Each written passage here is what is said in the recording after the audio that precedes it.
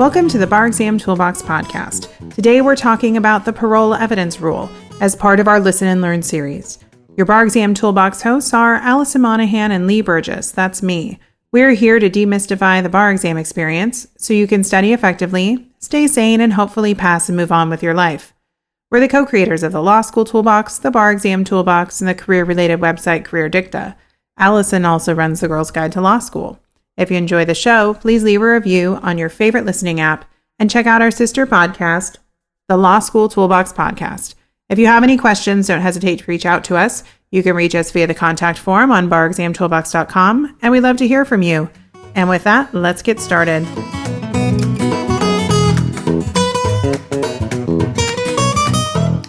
Hello, and welcome back to the Listen and Learn series from the Bar Exam Toolbox podcast.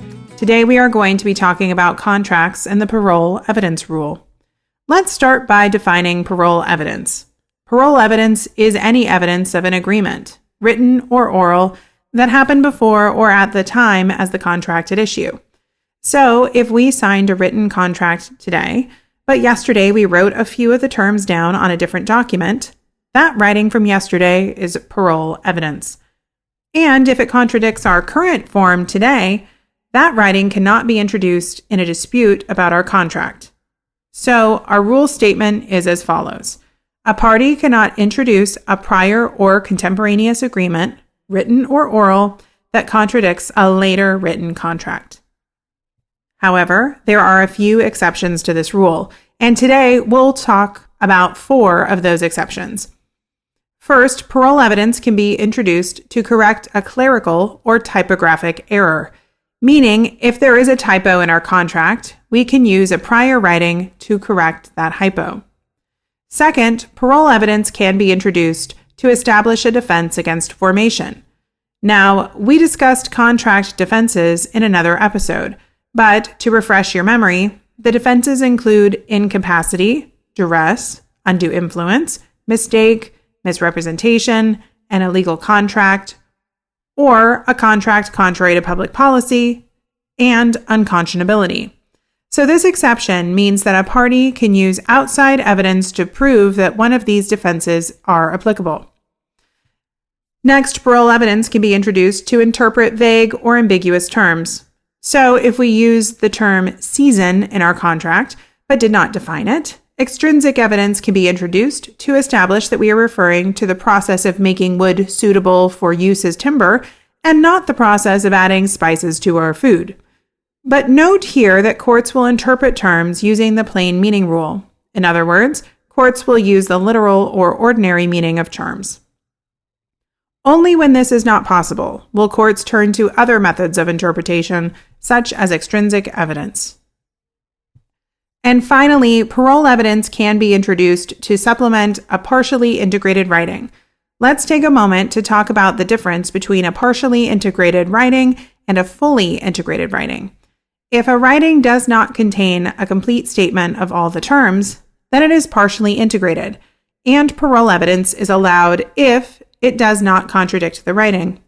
In other words, if it is clear from the document that our contract does not contain all of the terms necessary for our deal, then any evidence of those missing terms can be introduced. So, if our partially integrated contract is silent on the date we agreed for a delivery of roosters, then you can supplement the contract by introducing evidence of our prior agreement that the roosters are to be delivered on the first of the month. But if our contract says that you're going to deliver 5 roosters, you cannot introduce evidence that we previously agreed to 3 roosters instead of 5, thus contradicting the 4 corners of the contract. Now, if a writing is a complete and exclusive statement of terms, then it discharges any prior agreements, meaning it is fully integrated and parole evidence is not permitted. So if our contract has all of the terms it needs, nothing is missing, then we cannot supplement the contract with evidence of a prior or contemporaneous agreement. Some fully integrated contracts will have a merger or integration clause to expressly state that the writing is complete or fully integrated. Language in a merger clause is typically something to the effect of, "This agreement contains the complete and exclusive agreement between the parties, and any prior representations are deemed merged therein. Any language to this effect is your hint to consider that contract fully integrated and know that parole evidence will not be allowed unless there is an applicable exception.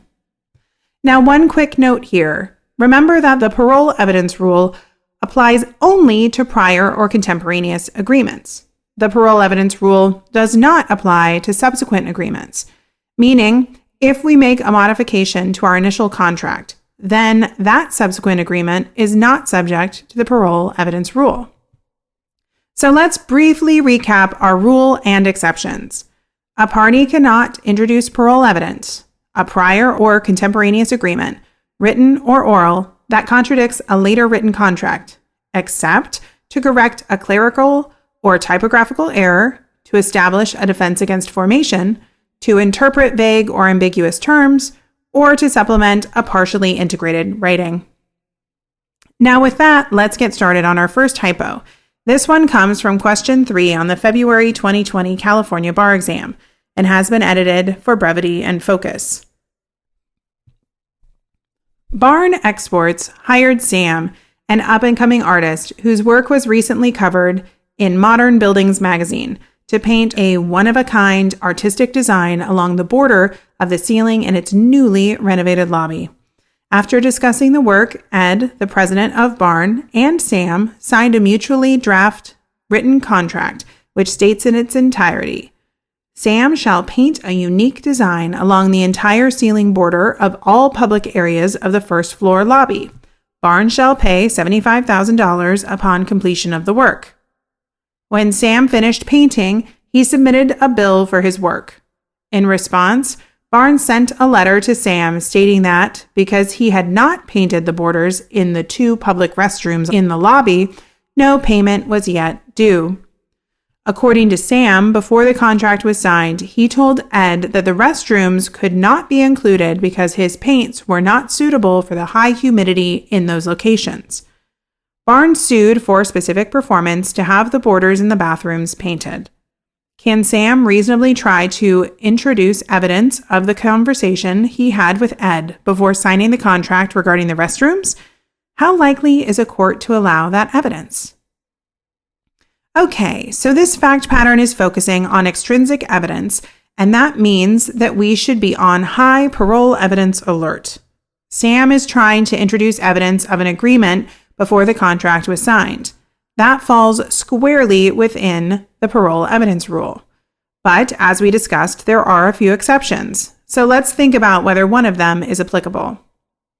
Because the contract does not define the areas included in the first floor lobby and makes no mention of the borders in the public restrooms, it's possible that this contract is not a complete statement of the terms, meaning it would be a partially integrated writing. Let's talk about a few other indicators of a partially integrated writing that would be good to discuss in your analysis. Earlier, we mentioned merger clauses. You'll note that the language of this agreement did not include a merger clause. And while that is not determinative of whether a writing is fully or partially integrated, the absence of a merger clause is one indicator that the writing may be partially integrated. Now, the facts also tell us that this was a handwritten contract, and the contract was only 2 sentences long. So the length and lack of formality of the contract are also 2 indicators that this contract was not a complete and exclusive statement of the terms of this agreement. And we know there is an exception to the parole evidence rule for partially integrated writings.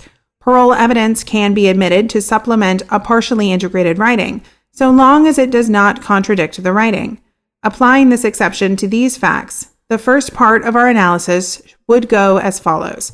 Because the written contract between Sam and Ed was not a complete statement of terms, Sam should be able to introduce evidence of their prior conversation as long as that prior conversation does not contradict what is included in the contract. So next, we should discuss whether the prior conversation contradicts the contract. Ed and Barn will likely argue that the prior conversation does, in fact, contradict the contract because it plainly states all public areas of the first floor lobby. And if the restrooms are in the first floor lobby, then they were included in the contract. Now, Sam will argue that all public areas of the first floor lobby means just that, the lobby, and rooms, hallways, or anything else attached to the lobby was not covered under this contract. Because Sam's interpretation is the most literal way to understand this term of the contract, a court would likely accept Sam's interpretation, meaning the prior conversation would not contradict the writing. Thus, Sam meets each element for the partially integrated writing exception. The writing is not a complete and exclusive statement of the terms, and the extrinsic evidence does not contradict the writing. Accordingly, Sam can reasonably try to introduce evidence of the prior conversation, and a court is likely to allow Sam to do so. Okay, let's move on to our next hypo. This one comes from question 1 on the February 2010 California Bar Exam. It has been edited for brevity and focus. On April 1st, Pat, a computer software consultant, entered into a written services contract with Danco, Inc. to write 4 computer programs for use by Danco in controlling its automated manufacturing machines. The contract provided that Danco would pay Pat $25,000 on the completion of the work and that the programs were to be delivered to Danco no later than May 1st. The contract stated, "This is the complete and entire contract between the parties, and no modification of this contract shall be valid unless it is in writing and signed by both parties." On April 15th, Pat called Chelsea, the president of Danco, who had executed the contract on behalf of Danco, and told her, "I'm having some problems with program number 3, and I won't have it ready to deliver to you until at least May 8th, maybe closer to May 15th. Also, I have some doubt about whether I can even write program number 4 at all because your computer hardware is nearly obsolete, but I'll get programs numbers 1 and 2 to you by May 1st. Chelsea said in response, "I'm sorry to hear that. I really need all 4 programs. If you can't deliver until May 15th, I guess I'll have to live with that." On April 28th, Pat emailed Chelsea and said, "I've worked out the problems with your programs numbers 3 and 4. I'll deliver them to you on May 1st, but I'll need $30,000 upon completion of the work. Signed, Pat." Chelsea responded, "Great news. Danco will pay you $30,000 upon completion. Signed, Chelsea." Upon completion of the work, Danco sends a $25,000 check. Pat sues for the remaining $5,000. Is Pat barred by the parole evidence rule from introducing evidence of her April 15th and April 28th conversations with Chelsea? Now, once again, this fact pattern is focusing on extrinsic evidence, evidence not in the contract. So your parole evidence alert may be going off again. But we can immediately answer this question with resounding no. The parole evidence rule does not bar this evidence. And that is because the parole evidence rule only bars prior or contemporaneous agreements not contained in a contract. Like we said earlier, subsequent agreements or modifications are admissible. This contract was entered into on April 1st, and the conversations in question occurred on April 15th and April 28th, so after the contract.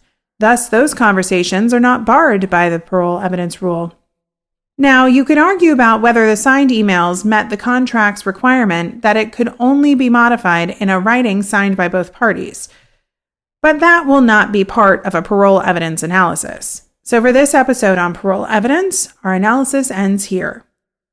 For further review, let's say these conversations happened before Pat entered into contract with Danco. Keeping the terms of the contract exactly the same, would Pat be able to introduce evidence of the conversations to prove that the agreement was for $30,000 despite the contract saying that Danco would pay $25,000? Well, the hypo doesn't give us the exact language of the contract, but we do know at least that it contained the work to be done, the amount to be paid, and when it would be paid, the date the work was to be completed by, and an integration clause that stated, "This is the complete and entire contract between the parties, and no modification of this contract shall be valid unless it is in writing and signed by both parties." So, could Pat argue that this evidence is supplementing a partially integrated writing? Probably not. This contract had multiple clauses, one of them being that Pat and Danco agree that the written agreement contained the complete and entire contract. Again, that means they agreed that the contract was a fully integrated writing. The contract even contained a clause on the amount of the agreement and that is what Pat wants to introduce evidence regarding. The contract expressly states that Danco would pay Pat $25,000. So even if this writing was partially integrated, the evidence of the prior agreements contradicts the contract, meaning it could not be introduced in this contract dispute. But it is likely that a court would consider this to be a fully integrated writing. And like we discussed earlier, if our contract has all of the terms it needs, and in this case, the contract even stated that it had all of the terms it needed, then we cannot supplement the contract with a prior agreement. Accordingly, Pat would not be able to introduce evidence of the conversations to prove that the agreement was for $30,000, despite the contract stating that Danco would pay $25,000. And with that, we're out of time. Hopefully, you will now have a handle on the parole evidence rule and its exceptions. If you enjoyed this episode of the Bar Exam Toolbox podcast, please take a second to leave a review and rating on your favorite listening app. We'd really appreciate it, and be sure to subscribe so you don't miss anything. If you have any questions or comments, please don't hesitate to reach out to myself or Alison at lee@barexamtoolbox.com or allison@barexamtoolbox.com, or you can always contact us via our website contact form at barexamtoolbox.com. Thanks for listening, and we'll talk soon.